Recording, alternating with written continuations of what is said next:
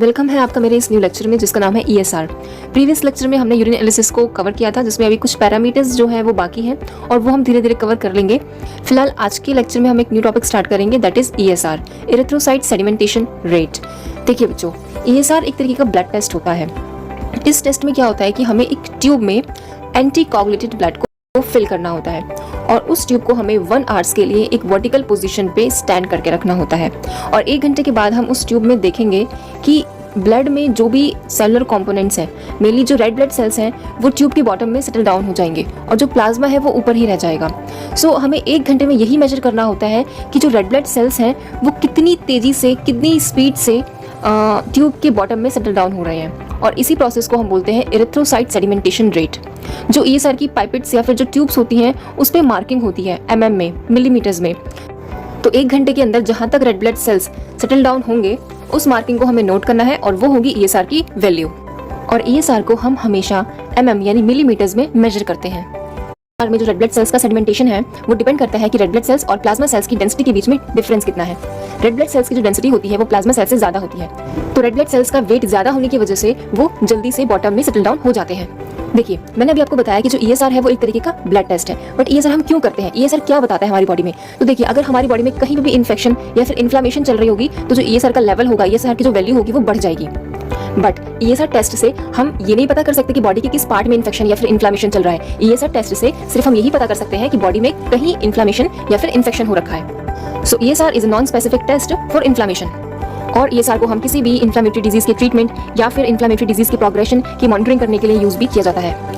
अब हम जानेंगे कि ESR का मैकेनिज्म क्या होता है। देखिए, नॉर्मली जो रेड ब्लड सेल्स होते हैं वो बहुत स्लोली सेटल डाउन होते हैं, क्योंकि रेड ब्लड सेल्स की सरफेस पर, सेल मेम्ब्रेन पर नेगेटिव चार्जेस प्रेजेंट रहते हैं, जिसकी वजह से एक RBC दूसरे RBC को रिपेल करता है, वो पास नहीं आ पाते हैं और जो सेडिमेंटेशन है वो बहुत स्लोली होता है। बट अगर किसी पर्सन की बॉडी में इन्फेक्शन चल रहा है, इन्फ्लामेशन है या फिर कोई भी डिजीज है, तो ऐसी कंडीशन में उस पर्सन की बॉडी में जो इम्यून सिस्टम है वो एक्टिवेट हो जाता है। उस पर्सन की बॉडी में जो WBCs हैं वो एक सिग्नल भेजते हैं लीवर को, और लीवर को जैसे ही वो सिग्नल मिलता है, लीवर कुछ प्रोटीन सिक्रीट करता है ब्लड में, मेनली फैब्रिनोजन। और ये जो फैब्रिनोजन होता है इसमें पॉजिटिव चार्जेस प्रेजेंट रहते हैं। तो जब लीवर इस फैब्रिनोजन को ब्लड में सिक्रीट करता है तो ये फैब्रिनोजन RBC के नेगेटिव सरफेस पे जाके वहाँ पे पॉजिटिविटी क्रिएट करते हैं, जिसकी वजह से एक RBC दूसरे RBC से चिपक जाते हैं और कोगुलेट हो जाते हैं और इससे फिर एक रिलेक्स का फॉर्मेशन होता है, यानी एक RBC दूसरी RBC के ऊपर इकट्ठे होते जाते हैं, जिसकी वजह से रेड ब्लड सेल्स का जो वेट है वो बहुत ज्यादा हो जाता है और वो बहुत तेजी से सेटल डाउन होने लगते हैं। तो अगर किसी पर्सन की बॉडी में इन्फेक्शन है या इन्फ्लामेशन है या कोई भी डिजीज है तो उसकी बॉडी में फिब्रिनोजन की मात्रा बहुत ज्यादा रहती है। तो अगर हम ऐसे पर्सन का ESR टेस्ट करेंगे तो ब्लड में फिब्रिनोजन ज्यादा होने की वजह से RBC एक दूसरे से चिपक जाएंगे और उनका वेट ज्यादा हो जाएगा और वो बहुत तेजी से सेटल डाउन होंगे। और 1 घंटे के बाद जब हम ESR को मेजर करेंगे तो ESR हमें हाई मिलेगा, क्योंकि जो इरिथ्रोसाइट की सेडिमेंट होने की जो रेट है, जो स्पीड होगी वो बहुत ज्यादा होगी और इसकी वजह से ESR का लेवल भी ज्यादा होगा। तो अभी हमने पढ़ा कि ESR का मैकेनिज्म क्या होता है, यानी कि जो ESR है वो कैसे सेडिमेंट होते हैं।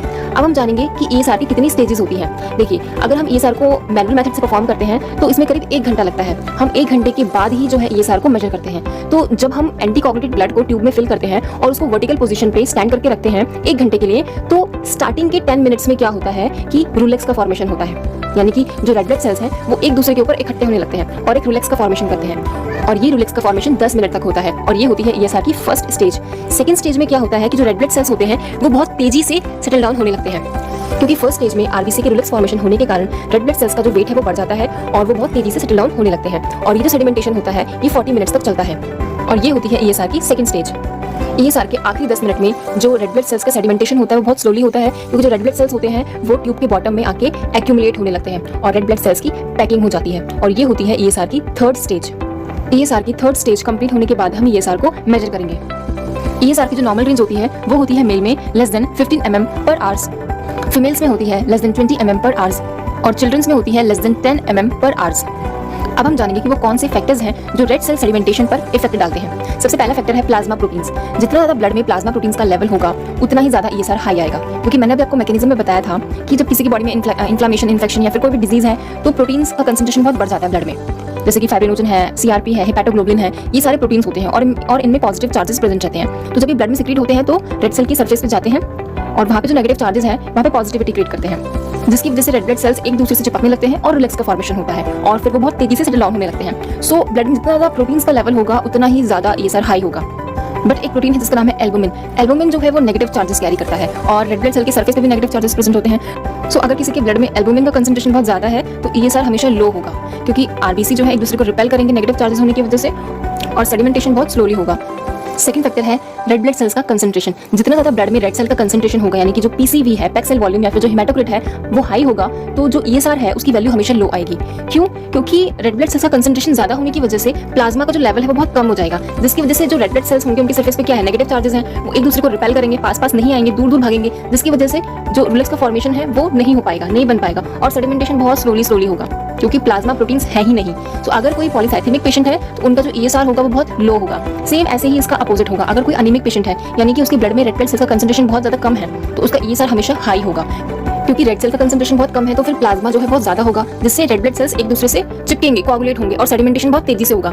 इसीलिए अनीमिक पेशेंट में ईएसआर हमेशा हाई होता है, और पॉलीसाइथेमिया अगर किसी को है तो ईएसआर हमेशा लो होगा।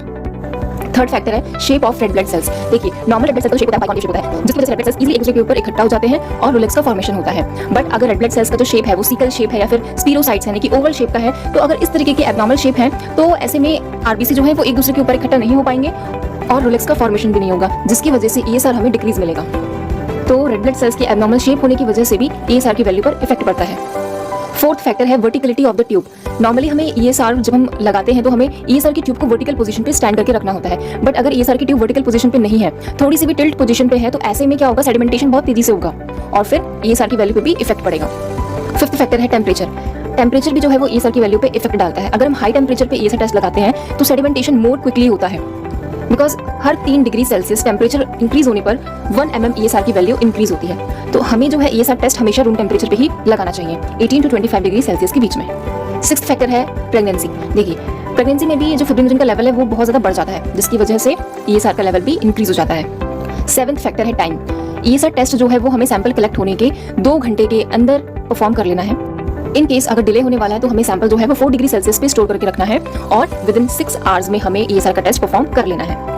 8th फैक्टर है वाइब्रेशन। ईएसआर टेस्ट जो है वो हमें हमेशा वाइब्रेशन फ्री सरफेस पे ही परफॉर्म करना है, क्योंकि अगर वाइब्रेशन होगा उस सरफेस पे तो रेड सेल्स का सेडिमेंटेशन ठीक से हो नहीं पाएगा और ईएसआर डिक्रीज हो जाएगा। सो आज हमने पढ़ा कि ईएसआर क्या होता है, ईएसआर का मैकेनिज्म क्या होता है, कौन से फैक्टर्स जो हैं वो ईएसआर पे इफेक्ट करते हैं। अब नेक्स्ट लेक्चर में हम पढ़ेंगे कि ईएसआर को हम किन किन मेथड से परफॉर्म कर सकते हैं।